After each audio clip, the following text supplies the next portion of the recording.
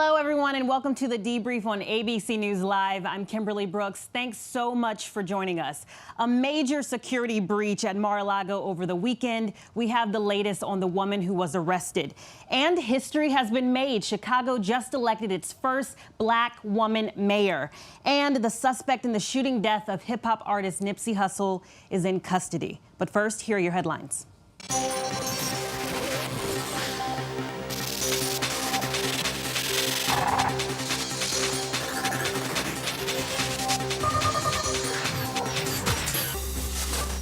The Constitution charges Congress with holding the president accountable for alleged official misconduct.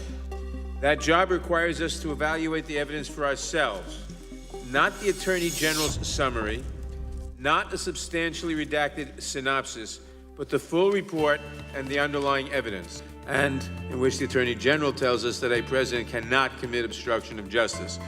Those judgments must be made by Congress, not by a political appointee, the Attorney General. Mr. Chairman, the vote is 24 ayes, 17 noes. The ayes have it. The resolution is amended as agreed to. The markup is adjourned. Venezuela's opposition leader Juan Guaido has been stripped of his immunity by lawmakers there. He's now facing arrest, accused of violating the country's constitution by declaring himself the interim president. 3 former members of the Penn State fraternity Beta Theta Pi are headed to prison, the first to be sentenced after a deadly hazing incident. Timothy Piazza died after falling down a flight of stairs in the middle of a night of heavy drinking. Luke Visser, Michael Bonatucci, and Joshua Krzyzewski now going behind bars. Their sentences ranging from 1 month to 9 months. And something new is showing up in vending machines in Las Vegas. Along with snacks and drinks, some are now stocking Narcan, the drug that can be used to save someone's life after an opioid overdose.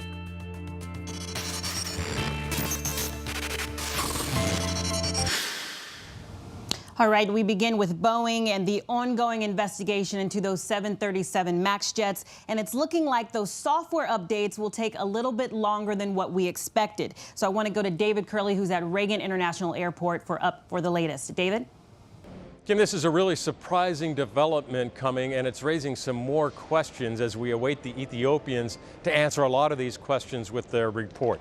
So those of us who cover this have been somewhat scratching our head in this second crash of an Ethiopian 737 MAX. Because you had the first one back in late October in Indonesia, and we knew at the time that the pilots had fought an anti-stall system which misfired and engaged and sent the plane nose down, and the pilots were fighting it up and down. After that crash, Boeing sent out a bulletin, and the FAA made it an airworthiness directive, basically telling airlines, make sure your pilots know that if this system misfires, that they are to follow emergency procedures. So we've been wondering, why didn't the Ethiopians shut off the system? Well, according to the Wall Street Journal, people familiar with the investigative report, which we still haven't seen, it's based on the black box data, they say that initially the Ethiopian pilots did shut off the system, but then reversed themselves and turned it back on. Now, we got in a simulator to see how this works. So the problem is, if this system engages and the pilot's not happy with it, that it shouldn't be engaged, there are 2 little switches that shut off the electricity to the horizontal stabilizer. That's the tail that decides whether the nose goes up or down. And then there's a wheel right next to the pilot's thigh that they actually crank manually by hand to move that stabilizer and level out the plane. So the report from the Journal is that the Ethiopian pilots, when this anti-stall system engaged, they did flip those 2 switches down, but then for some reason flipped them back on and tried to go back to the autopilot to control the system. And according to the Journal, the anti-stall system once again engaged, nosing down the aircraft. The pilots were unable to control the aircraft. It crashed, killing everyone on board. As I mentioned, we are still awaiting the Ethiopians and their report, which should have some of the answers to these questions. We're getting just little bits of this over the past couple of weeks. Meanwhile, Boeing continues to develop this software fix for the 737 MAXs. They had planned to submit the final documentation last Friday, but we have now learned that Boeing is delaying that by several weeks. Could be up to a month before they actually send that software in. Either they want to add something or they found something in the software that they wanted to adjust. It will then be submitted to the FAA for certification. Once that certification happens, The airlines have to teach their pilots how this new system is working, this new software, and what it's going to mean for them flying in the MAXs. For pilots who already fly the MAX, that's a half hour of going through some computer, basically a manual that's on a computer or an iPad. So we are awaiting that. So this looks like it could be mid-May, optimistically, before this fleet of 737 MAXs can get back in the air. Every day, Southwest and American are canceling more than 200 flights a day as these planes sit on the ground. Kimberly? All right, David, thank you for those updates. And now I want to move on to the college admissions scandal. Multiple parents are in court today, including both Lori Loughlin and Felicity Huffman. I want to bring in Aaron Katurski, who's in Boston right now with more. Aaron, these hearings are today. What exactly are we watching for? Well, this is the latest parade of defendants to come into court to officially get word of the charges. But undoubtedly, Lori Loughlin and Felicity Huffman already well know what it is that they're facing, because the authorities have spelled it all out. The authorities have said that the charges include conspiracy to commit mail fraud. But that may just be the beginning, because part of this scheme involved purported charitable payments that were disguising bribes paid to either favorable SAT proctors or college coaches in order to get them to designate a student as a recruit. But when they made these purported charitable payments, many of these families, Kimberly, also took the deduction on their taxes. So tax charges could be in the offing, and that's why many families are facing pressure today to try and cut a deal with prosecutors before those additional charges drop. Yeah, and what's going to be happening next? Is there anything happening with the students involved? Anything happening at the universities? And it's on a case-by-case basis. In the case of a Yale student, that person's admission was rescinded. Other schools have placed certain students on a kind of probation, but the schools have been going through to see what they can find out about each student and the circumstances of their admission to the school. Prosecutors have said that not all the students knew what their parents had done to get them in, but some were clearly complicit because they were told to either fake an illness or play dumb so they could get extra time on their standardized tests. And other students who may have been admitted as a recruit to the crew team, like Lori Loughlin's kids were to USC when they didn't actually row, must have known that something was afoot. And that's part of the reason, Kimberly, I think this story has cut so deeply in the nation's psyche, because it really underlined the suspicions that many families have about the college admissions process and whether it's truly on the up and up or whether wealth and privilege play a primary role.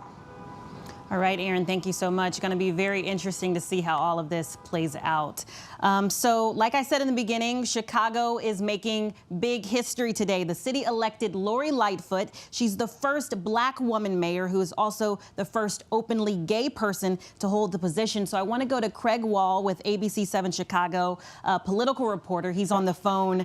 Craig, can you just tell us who she is and what we should know about her? This is pretty historic. Yeah, Kimberly, good morning. Yeah, she is a former federal prosecutor. She also headed up the Chicago Police Board and one of the boards here that looked into corruption allegations against Chicago police officers and handled disciplinary action against them. But she's a political newcomer to Chicago who really took the scene by storm. Early on in this race, she was considered, an afterthought. In February, the first election round, she came from nowhere and won. She campaigned on a theme of bringing change to City Hall. We've had a number of high-profile corruption scandals here during the course of the campaign, and she was able to champion that and talk about ending the political machine here, breaking that corruption cycle, and bringing change, transparency, and accountability to city government, and that resonated with Chicago voters who elected her 74 to 26% over a long-time politician, the head of the Cook County Democratic Party and the county board president, Tony Preckwinkle. How big is this for the city? I mean, you sort of mentioned it there, but just being the first Black woman, the first openly gay person, what does this mean for this city? Well, I think both of those are historic firsts, clearly, and don't downplay that at all. But I think it was Lightfoot's message of bringing change that really resonated. I mean, she won all 50 wards here in Chicago. She cut across, all racial, ethnic, gender, and then so what she talked about and bringing change just resonated with everybody. And I don't think, her sexuality or her being black really played a huge role in either things. People just liked her message. But that does not take away from the historic nature of who has now been elected. Yeah, one of the major things plaguing Chicago is the gun violence. So did she have solutions for that big issue there and other issues? Yeah, you're right. I mean, that's a huge issue, and it's been a chronic issue in Chicago for decades and going back even longer. But her background on the police board and as a federal prosecutor, may have made her someone who had a lot of appeal towards bringing some unity between the police department and the community. And, both she and her counterpart, talked about the need to get crime under control. There are no easy solutions. It won't happen overnight. But she said she's going to work with the police superintendent here now. Her counterpart said she'd get rid of him right away. But Lori Lightfoot said she wants to work with the superintendent here, Eddie Johnson, to find solutions. Talking about crime as being one of the priorities that has to be solved because so many other things hinge on how well you tamp down that problem. All right, Craig, thank you so much. And we're moving on. I appreciate that. We're moving on, and speaking of crime, by now you know that hip-hop artist Nipsey Hussle was murdered this past weekend outside of his store in Los Angeles. The suspect in that shooting has been caught, so I want to go to Adrian Bankert, who's in Los Angeles at the LAPD headquarters. Adrian? Kimberly, good morning. We've seen some really big breaks in the case and unimaginable grief for the person closest to Nipsey Hussle. Lauren London, his girlfriend, longtime girlfriend, really they called each other husband and wife, posting for the first time and speaking out for the first time since word of Nipsey Hussle's death. She posted that she's lost her best friend and had no words for what she's feeling right now. That very touching tribute came around the same time that we learned that authorities had captured their prime suspect in this case, 29-year-old Eric Holder. He was taken into custody without incident. Now, the second person who police were looking for was the getaway driver. We know that it's a female. We don't have her name. She turned herself into police and was interviewed, but sources close to the case tell us that she wasn't really saying much because she fears retaliation. She was released to go home, but at any point in time, if the police think that they need to speak to her again, she can be arrested again. Now, there have been a lot of tributes online from celebrities and sports figures, including Russell Westbrook. He was amazing on the court last night. Ahead of the game, he had on a shirt from Nipsey Hussle's clothing line. He also was dancing to Hussle's music. And on court, he dedicated the win over the Lakers to the slain rapper, saying, "This is for Nipsey." A lot of people have been coming to the vigil, and they have been paying respects. And there were a lot of chaotic scenes, including a stampede of mourners when things got out of hand. Apparently somebody brandished a gun. But we do know that police had created a system so that people could funnel through, pay their respects peacefully. They also imposed a curfew on the memorial site. We're hoping to receive more information from the LAPD about this case sometime today. Kimberly.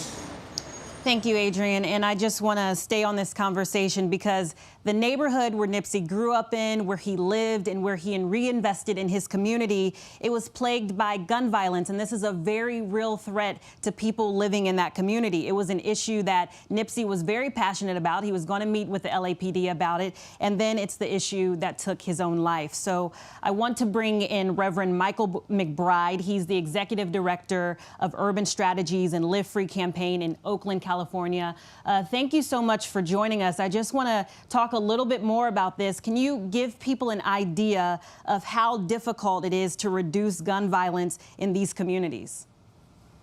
Well, good morning, Kim. But it's actually not that difficult as we think. We know through decades of work, particularly people who are public health oriented workers in the field of gun violence prevention in urban communities, that the violence in our communities are less than 0.5% of a city's population. It's highly concentrated. And these groups, we don't call them gangs, we call them groups or street organizations with the right kind of intervention that's focused, that's resourced, can be moved away from these violent encounters if they can get healing and support through outreach workers, credible messengers, and some real targeted interventions. We are seeing success across the country in some of our most distressed neighborhoods without having to hire more police and put more of our loved ones in jail. We have to change this narrative that it is difficult. It needs resources and the right people helping to do the work. I like that. I like you using the word healing because this is very traumatic. People living in these environments. Can you talk about the trauma and the impact it has on young kids who are growing up seeing this every day? This is our biggest concern, right? This idea that for decades, many of our most under-resourced, disinvested communities have been flooded with guns, which many of us in our communities have not brought into our communities, flooded with drugs, underfunded school, and then trauma, violence, and pain. That is a terrible mixture that has these combustible elements of despair that lead to violence. What we want to say is that we have to build a certain kind of healing apparatus that reaches the complexity of the trauma in our communities. Many of our loved ones in these very focused and specific neighborhoods in our cities are living in places where there is no mental health support, there is no healthy food, there's no quality housing, the education system is falling apart, and our religious community is not as active as we need to be. All those things together require us to rethink how we use our tax base and then make a massive investment, not in more jails and police, but in healing, hire public health folks who are from the neighborhoods, formerly incarcerated people who are coming back home and are trained to make peace. This is the biggest strategy that we must do, and you have great examples. Erica Ford in New York, Life Camp, the Black Brown Gun Violence Prevention Consortium, the organization I lead, Live Free. There's all kinds of folks out there who can do this work today, and as a matter of fact, are waking up every single day and getting in some of our most depressed and distressed cities, Oakland, Chicago, New York, getting 20, 30, 40% reductions in gun-related shootings and homicides. It is a myth that we can't solve it. It is a truth that our people are indeed traumatized. We must prioritize their healing and not more punishment, not more violence by the hands of the system. I really like you stressing that because it is a holistic approach. So that's very, very important. I just want to ask you really quick, you know, we see this gun violence in the Black communities. What do you think about the violence in these communities not really being included in the national gun control conversation? I mean, it is a great tragedy. It is almost as if the violence in urban communities, Black, brown, poor communities, is an issue that elected officials, even on the Democratic side, are licensing our folks in our communities to have to solve on our own.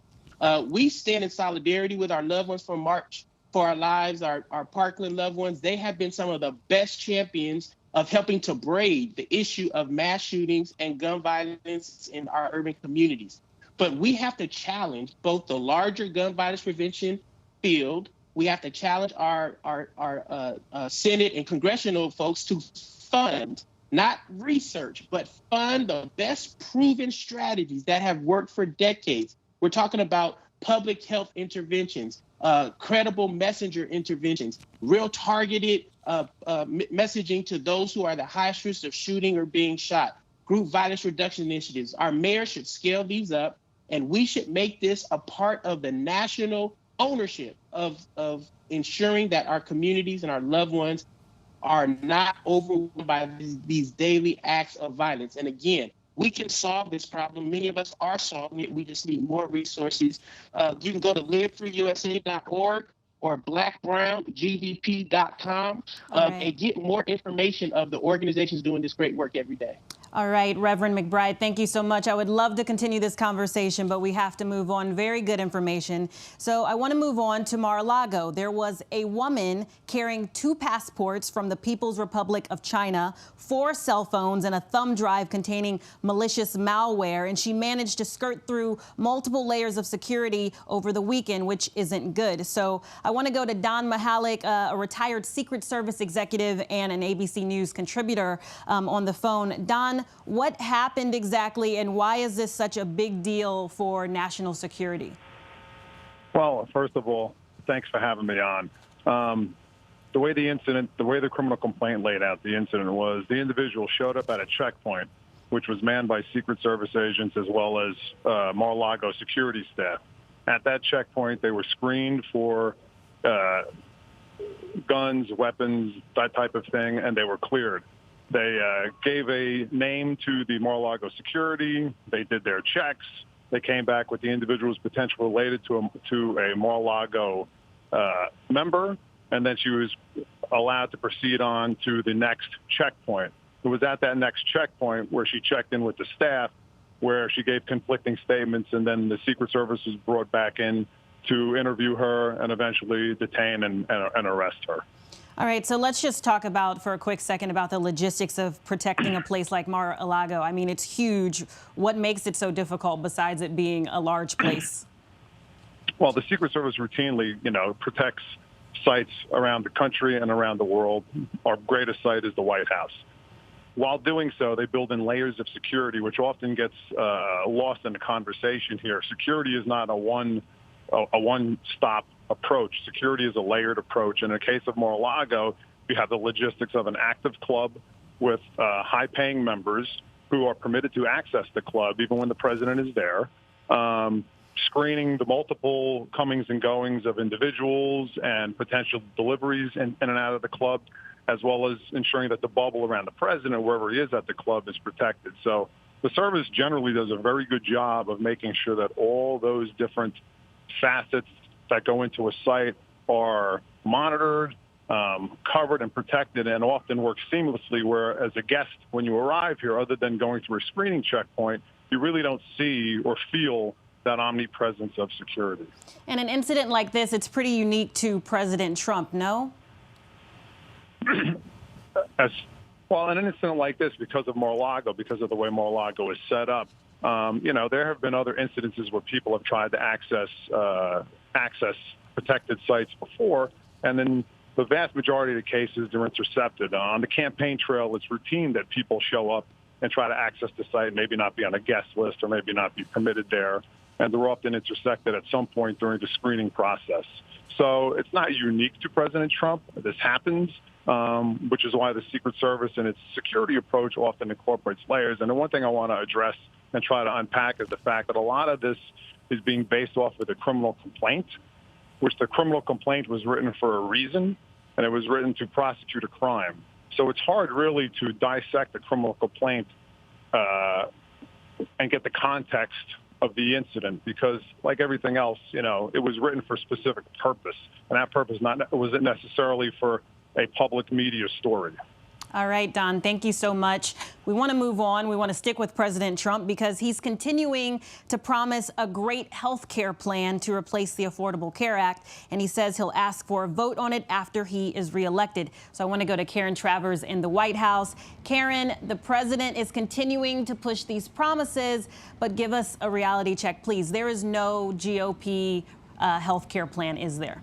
Well, at this point, it's not going to be a GOP plan. It needs to be President Trump's plan, because the Senate and Majority Leader Mitch McConnell have made it very clear that they're not going to drive the train on this issue, that this has to be something coming out of the White House. And if the White House develops a proposal and a plan on health care, they're willing to consider it.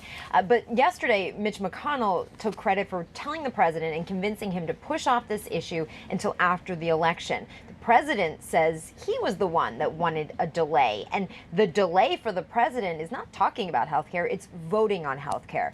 He says there would be a vote on a healthcare plan after the November 2020 election. But the reality is you have to come up with something, which means there would have to be work done this year and next year to get to that point. The president says this is going to be a great campaign issue for him and for Republicans. The question right now is what Republicans agree with him on that and who is willing to stand behind him, because Republicans are certainly saying this is not something they want to touch before that big election. And let's quickly talk about your radio calls. People still talking about this plan and the border, yes? This is a big issue, and also where the threat to close the border stands. I mean, it certainly is still on the table. The president's made that very clear, but it doesn't seem to be as imminent as it was when the president first raised this last week. He said this was happening this week. That does not look likely. The president first said that was because Mexico had stepped up their efforts, which is what he was calling for. So he's going to pull back a bit. Well, now this morning, the president threatening again to close the border if Congress doesn't act, to close loopholes, he says, that exist in law. There is no imminent action from Congress on this issue, so it's not clear then what that means for the president's renewed threat. All right, Karen, thanks for keeping us updated on all of this. We appreciate it. All right, guys, a little happy news before we go. Before we go, we're going to talk about Legos, okay? So yesterday in New York, Lego Education launched this super cool toy to help kids all over the country with STEM education and coding. And as you might know, STEM education helps kids prepare for jobs that may not even exist yet. It's the future, and the future looks like brightly colored bricks. So I was able to talk to one of the designers about how it all works, so check it out. So I'm here with Sid. I'm very excited because Sid is the reason we even have the Spike Prime product. So today we have Lego Education Spike Prime. It's a new STEAM product for classrooms, middle school classrooms, so grades 6, 7, and 8. Yes. And this is to make the pathway in technology easier. I want to make a really simple system that you build around, program, and create unique models and creations. So this is exactly like Lego bricks. You connect Lego bricks, you have a motor, a sensor, the hub, some bricks. You have blocks over here, which is connected to those. So the software sort of is a replica of what you're doing That's in all real it is. life. Yes. So you build with the software, you build with Lego bricks. This is a guy who looks at weather, and he predicts or forecasts the weather for the day. Of course, So, naturally. Yeah. So I have glasses connected to a motor. So it moves up and down, really simple. This is awesome. I have an umbrella, which moves up and down. So it's really simple, that's all he does. So depending on what the weather is, these little gadgets will come up. Exactly, so we check the weather today. Got it. It's sunny outside, glasses up, and we have the smiley face up there. So my guy is really happy. Amazing, I love it. Why is this sort of product so important for STEM education? And by the way, I noticed that you said STEAM. That A has been added in there. Yeah. So the A is for arts. For arts, Okay, so why is this so important for the STEM education? So it's all about building confidence for children. And in this age group, we find that kids lose interest or engagement in classrooms with technology. And there's also a big focus in the future to be prepared for all the tech jobs out there. So STEAM jobs, STEM jobs. And we want to build something that's really robust and easy and intuitive for them to plug things in and test out ideas. All right, my friends, it's all about building confidence. So continue to take care of yourselves today. And if you're around, you can stick around for the briefing room at 3:30 p.m. and World News Prime at 8 p.m. And if you want to stay updated on all of these headlines, you can go to abcnews.com or download the app. I'm Kimberly Brooks, and I'll see you tomorrow.